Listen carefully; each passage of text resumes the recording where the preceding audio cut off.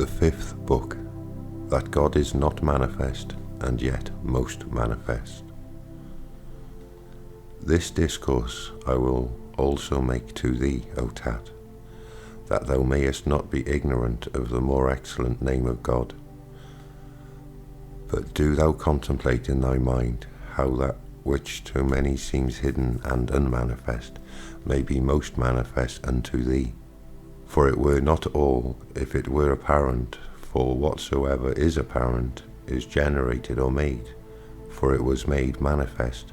For that which is not manifest is ever, for it needeth not be manifest, for it is always.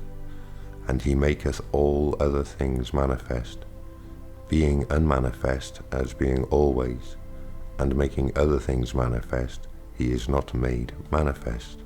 Himself is not made, yet in fantasy he fantasizeth all things, or in appearance he maketh them appear. For appearance is only of those things that are generated or made, for appearance is nothing but generation.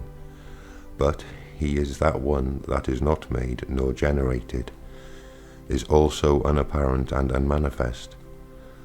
But making all things appear, he appeareth in all and by all.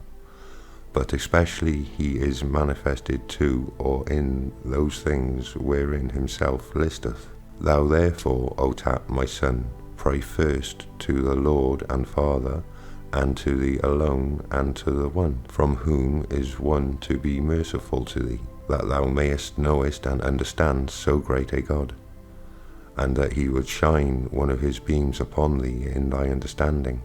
For only the understanding sees that which is not manifest or apparent, as being itself not manifest or apparent. And if thou canst, O Tat, it will appear to the eye of thy mind. For the Lord, void of envy, appeareth through the whole world. Thou mayest see the intelligence, and take it in thy hands, and contemplate the image of God. But if that which is in thee be not known or apparent unto thee, how shall he in thee be seen and appear unto thee by the eyes? But if thou wilt see him, consider and understand the sun, consider the course of the moon, consider the order of the stars. Who is he that keepeth order? For all order is circumscribed or terminated in number and place. The sun is the greatest of the gods in heaven, to whom all the heavenly gods give place, as to a king and potentate, and yet he, being such a one greater than the earth or the sea, is content to suffer infinite lesser stars to walk and move above himself. Whom doth he fear the while, O sun? Every one of these stars that are in heaven do not make the like or an equal course. Who is it that hath prescribed unto every one the manner and the greatness of their course? This bear that turns around about its own self, and carries around the whole world with her, who possessed and made such an instrument? Who hath set the bounds to the sea? Who hath established the earth? For there is somebody, O Tat, that is the maker and lord of these things. For it is impossible, O son, that either place or number or measure should be observed without a maker. For no order can be made by disorder or disproportion. I would it were possible for thee, O my son, to have wings and fly into the air, and being taken up in the midst between heaven and earth, to see the stability of the earth, the fluidness of the sea, the course of the rivers, the largeness of the air, the sharpness or swiftness of the fire, the motion of the stars, and the speediness of the heaven, by which it goeth around about all these. O son, what a happy sight it were at one instant to see all these, that which is unmovable moved, and that which is hidden appear and be manifest. And if thou wilt see and behold this workman, even by mortal things that are upon earth, and in the deep, consider, O son, how man is made and framed in the womb, and examine diligently the skill and cunning of the workman, and learn who it was that wrought and fashioned the beautiful and divine shape of man, who circumscribed and marked out his eyes, who bored his nostrils and ears, who opened his mouth, who stretched out and tied together his sinews, who channeled the veins, who hardened and made strong the bones, who clothed the flesh with skin, who divided the fingers and the joints, who flattened and made broad the soles of the feet, who digged their paws, who stretched out the spleen, who made the heart like a pyramus, who made the liver broad, who made the lights spongy and full of holes, who made the belly large and capacious, who set to outward view the more honourable parts and hid the filthy ones. See how many arts in one matter, and how many works in one superscription, and all exceedingly beautiful, and all done in measure, and yet all differing. Who hath made all these things? What mother, what father? Save only God, that is not manifest, that made all things by his own will. And no man says that a statue or an image is made without a carver or a painter. And was this workmanship made without a workman? O great blindness, O great impiety, O great ignorance! Never, O son Tat, canst thou deprive the workmanship of the workman. Rather, it is the best name of all the names of God to call him the Father of all, for so he is alone, and this is his work, to be the Father. And if thou wilt force me to say anything more boldly, it is his essence to be pregnant or great with all things, and to make them. And as without a maker it is impossible that anything should be made, so it is that he should not always be and always be making all things in heaven, in the air, in the earth, in the deep, in the whole world, and in every part of the whole that is or that is not. For there is nothing in the whole world that is not himself, both the things that are and the things that are not. For the things that are he hath made manifest, and the things that are not he hath hid in himself. This is God that is better than any name. This is he that is secret. This is he that is most manifest. This is he that is to be seen by the mind. This is he that is visible to the eye. This is he that hath no body, and this is he that hath many bodies. Rather, there is nothing of any body which is not he, for he alone is all things. And for this cause he hath all names, because he is the one Father, and therefore he hath no name, because he is the Father of all. Who therefore can bless thee, or give thanks for thee, to thee? Which way shall I look when I praise thee? Upward, downward, outward, inward? For about thee there is no manner, nor place, nor anything else of all things that are. But all things are in thee, all things from thee. Thou givest all things, and takest nothing. For thou hast all things, and there is nothing that thou hast not. When shall I praise thee, O Father? For it is neither possible to comprehend thy hour nor thy time. For what shall I praise thee? For what thou hast made, or for what thou hast not made? For those things thou hast manifest, or for those things thou hast hidden? Wherefore shall I praise thee, and being of myself, or having anything of mine own, or rather being another's? For thou art what I am, thou art what I do, thou art what I say. Thou art all things, and there is nothing else thou art not. Thou art thou, all that is made, and all that is not made. The mind, the understandeth, the Father that maketh and frameth, the good that worketh, the good that doth all things. Of the matter, the most subtle and slender part is air, of the air the soul, of the soul the mind, of the mind God.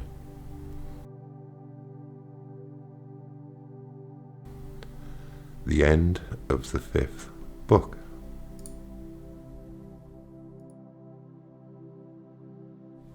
The 6th book, that in God alone is good. Good, O Asclepius, is nothing but in God alone, or rather God himself is the good always. And if it be so, then must he be an essence or substance void of all motion and generation, but nothing is void or empty of him. And this essence hath about or in himself a stable and firm operation, wanting nothing, most full and giving abundantly. One thing is the beginning of all things, for it giveth all things, and when I name the good, I mean that which is altogether and always good. This is present to none, but God alone, for he wanteth nothing, that he should desire to have it, nor can anything be taken from him. The loss whereof may grieve him, for sorrow is part of evilness. Nothing is stronger than he, that he should be opposed by it, nor nothing equal to him, that he should be in love with it. Nothing unheard of, to be angry, with nothing wiser to be envious at, and none of these being in his essence, what remains but only the good? For as in this, being such an essence, there is none of the evils, so in none of the other things shall the good be found. For in all other things there are those other things as well in the small as the great, and as well in the particulars in this living creature, the greater and mightiest of all. For all things that are made or generated are full of passion, generation itself being a passion. And where passion is, there is not the good. Where the good is, there is no passion. Where it is day, it is not night. And where it is night, it is not day. Wherefore it is impossible that in generation should be the good, but only that which is not generated or made. Yet, as the participation of all things is in the matter bound, so also of that which is good after this manner is the world good. As it maketh all things, and in the part of making or doing it is good, but in all other things not good. For it is passible and movable, and the maker of passible things. In man also the good is ordered, or taketh denomination, in comparison of that which is evil. For that which is not very evil is here good, and that which is here called good is the least particle or proportion of evil. It is impossible, therefore, that the good should be here pure from evil, for here the good groweth evil, and the growing of evil it doth not still abide good, and not abiding good it becomes evil. Therefore in God alone is the good, or rather God is the good. Therefore, O Asclepius, there is nothing in men, or among men, but the name of good. The thing itself is not, for it is impossible for a material body receiveth or comprehendeth, is not as being on every side encompassed and coacted with evilness, and labours, and griefs, and desires, and wrath, and deceits, and foolish opinions. And in that which is the worst of all, Asclepius, every one of the forenamed things is here believed to be the greatest good, especially that supreme mischief, the pleasure of the belly, and the ringleader of all evils.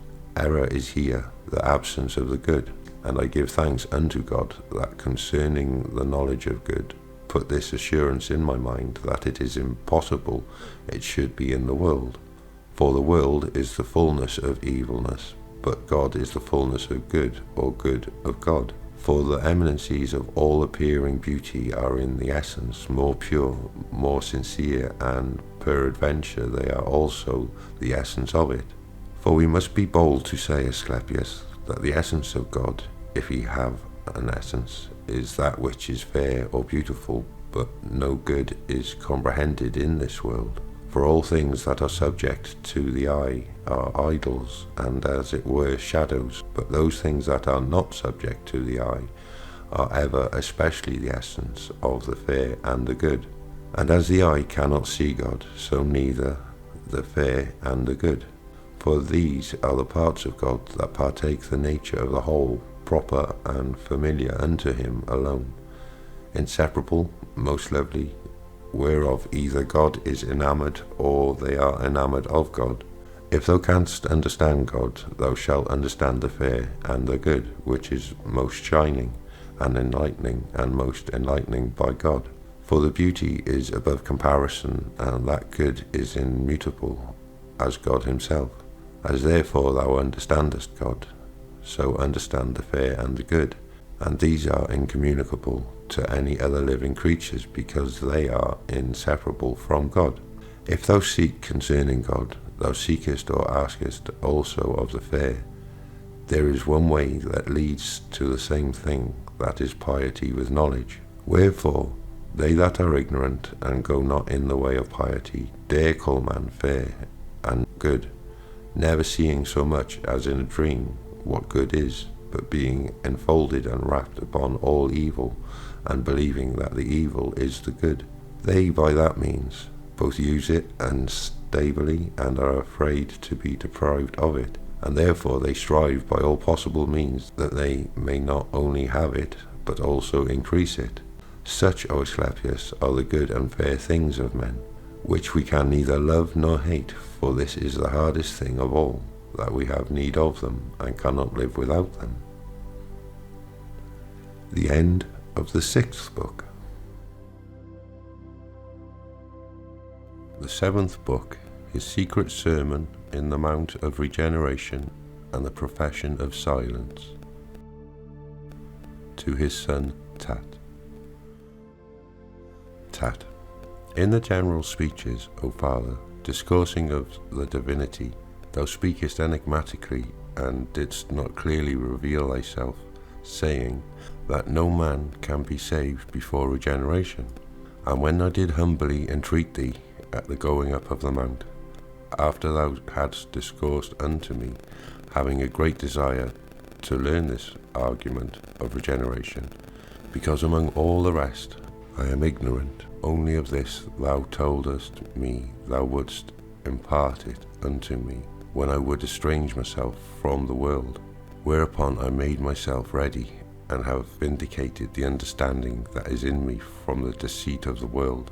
Now then, fulfill my defect, and as thou saidst, instruct me of regeneration, either by word of mouth or secretly. For I know not, O Trismegistus, of what substance, or of what womb, or of what seed a man is thus born. Hermes. O son, this wisdom is to be understood in silence, and the seed is the true good. Tat. Who soweth it, O father, for I am utterly ignorant and doubtful. Hermes. The will of God, O son. And what manner of man is he that is thus born? For in this point I am clean deprived of the essence that understandeth in me. Hermes. The Son of God will be another. God made the universe that in everything consisteth of all powers. Tat. Thou tellest me a riddle, father, and dost not speak as a father to his son. Hermes. Son, things of this kind are not taught, but are by God when he pleaseth brought to remembrance. Tat. Thou speakest of things strange, or far-fetched and impossible, father, and therefore I will directly contradict them. Hermes. Wilt thou prove a stranger, son, to thy father's kind? Do not envy me, father, or pardon me. I am thy natural son. Discourse unto me the manner of regeneration. Hermes. What shall I say, O my son? I have nothing to say more than this, that I see in myself an unfeigned sight or spectacle, made by the mercy of God, and I am gone out of myself into an immortal body, and am now not what I was before, but was begotten in mind. This thing is not taught, nor is it to be seen in this formed element, for which the first compound form was neglected by me, and that I am now separated from it. For I have both the touch and the measure of it, yet I am now estranged from them. Thou seest, O son, with thine eyes, but thou look never so steadfastly upon me. With the body and bodily sight thou canst not see, nor understand what I am now. Tat. Thou hast driven me, O father, into no small fury and distraction of mind, for I do not now see myself. Hermes. I would, O son, that thou also wert gone out of thyself, like them that dream in their sleep. Tat. Then tell me this, who is the author and maker of regeneration? Hermes. the child of God, one man by the will of God. Tat. Now, O Father, thou hast put me to silence for ever, and all my former thoughts have quite left and forsaken me. For I see the greatness and shape of all things here below, and nothing but falsehood in them all. And since this mortal form is daily changed, and turned by this time into increase and diminution, as being falsehood, what therefore is true, O Trismegistus? Trismegistus. That, O sun, which is not troubled, nor bounded, not coloured, not figured, not changed, that which is naked bright, comprehensible only of itself, unutterable, unbodily. Tat. Now I am mad indeed, Father, for when I thought me to have been made a wise man by thee, with these thoughts thou hast quite dulled all my senses. Hermes, yet is it so, as I say, O sun. He that looketh only upon that which is carried upward as fire, that which is carried downward as earth, that which is moist as water, and that which bloweth or is subject to a blast as air, how can he sensibly understand that which is neither hard nor moist, nor tangible nor perspicuousness, seeing it is only understood in power and operation? But I beseech and pray to the mind which alone can understand the generation which is in God. Tat. Then am I, O Father, utterly unable to do it. Hermes. God forbid, son, rather draw or pull him unto thee, or study to know him, and he will come. Be but willing, and it shall be done. Quiet, or make idle the senses of the body, purging thyself from unreasonable brutish torments of matter. Tat. Have I any revengers or tormentors in myself, Father? Hermes. Yes, and those not a few, but many and fearful ones. Tat. I do not know them, Father. Hermes. One torment, son, is ignorance, a second, sorrow, a third, intemperance, a fourth, concupiscence, a fifth, injustice, a sixth, covetousness, a seventh, deceit, an eighth, envy, a ninth, fraud or guile, a 10th, wrath, an 11th, rashness, a 12th, maliciousness. They are in number 12, and under these many more, some which through the prison of the body do force the inwardly placed man to suffer sensibly, and they do not suddenly or easily depart from him that hath obtained mercy of God. And herein consist both the manner and the reason of regeneration. For the rest, O son, hold thy peace and praise God in silence, and by that means the mercy of God will not cease or be wanting unto us. Therefore rejoice, my son, from henceforward being purged by the powers of God to the knowledge of the truth. For the revelation of God is come to us, and when that came, all ignorance was cast out. The knowledge of joy is come unto us, and when that comes, sorrow shall fly away to them that are capable of it. I call unto joy the power of temperance, a power whose virtue is most sweet. Let us take her unto ourselves, O son, most willingly.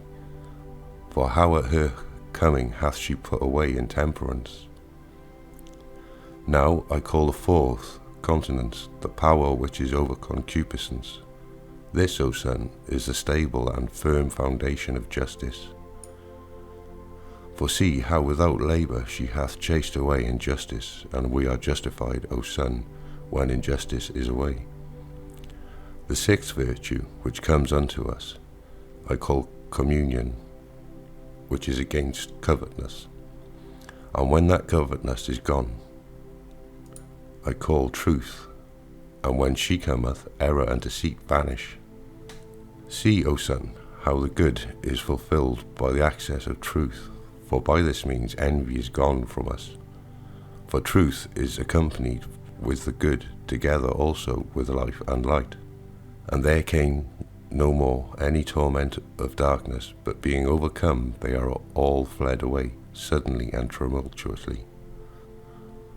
Thou hast understood, O son, the manner of regeneration, for upon the coming of these 10, the intellectual generation is perfected, and then it driveth away the 12, and we have seen it in the generation itself.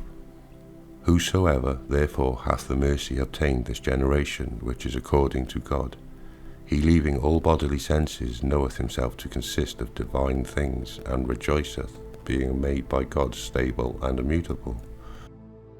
Tat.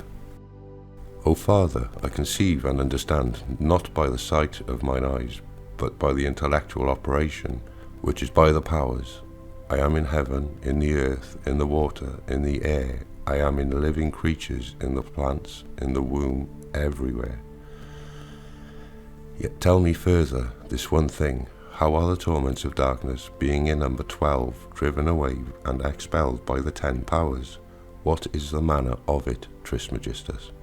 Hermes. This tabernacle, O son, consists of the zodiacal circle, and this consisting of 12 numbers, the idea of one, but all form nature admit of diverse conjugations to the deceiving of man. And though they be different in themselves, yet are they united in practice, as for example rashness is inseparable from anger, and they are also indeterminate.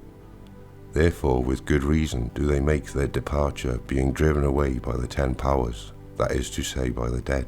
For the number of 10, O son, is the begetter of souls, and their life and light are united, where the number of unity is born of the Spirit. Therefore, according to reason, unity hath the number of 10, and the number of 10 hath unity. Tat. O Father, I now see the universe and myself in the mind. Hermes. This is regeneration, O son, that we should not any longer fix our imagination upon this body, subject to the 3 dimensions according to this speech, which we have now commented, that we may not all colluminate the universe. Tat. Tell me, O Father, this body that consists of powers, shall it ever admit of any dissolution? Hermes. Good words, O son, and speak not things impossible, for so thou shalt sin, and the eye of thy mind grow wicked. The sensible body of nature is far from the essential generation, for that is subject to dissolution. But this not, and that is mortal. But this immortal, dost thou not know that thou art born a god, and the son of one, as I am? Tat. How fain would I, O Father, hear that praise given by a hymn which thou saidst thou heardst from the powers when I was in the octonary. Hermes. As Pymander said by way of oracle to the octonary, thou dost well, O son, to desire the solution of the tabernacle, for thou art purified. Pymander, the mind of absolute power and authority, hath delivered no more unto me than those that are written. Nothing that of myself I can understand, all things, and hear and see what I will. And he commanded me to do those things that are good, and therefore all the powers that are in me sing. Tat. I would hear thee, O Father, and understand these things. Hermes. Be quiet, O son, and now hearken to that harmonious blessing and thanksgiving, the hymn of regeneration, which I did not determine to have spoken of so plainly, but to thyself in the end of all. Wherefore this is not taught, but hid in silence.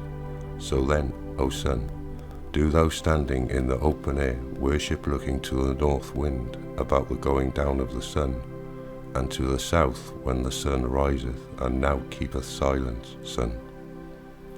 The secret song, the holy speech.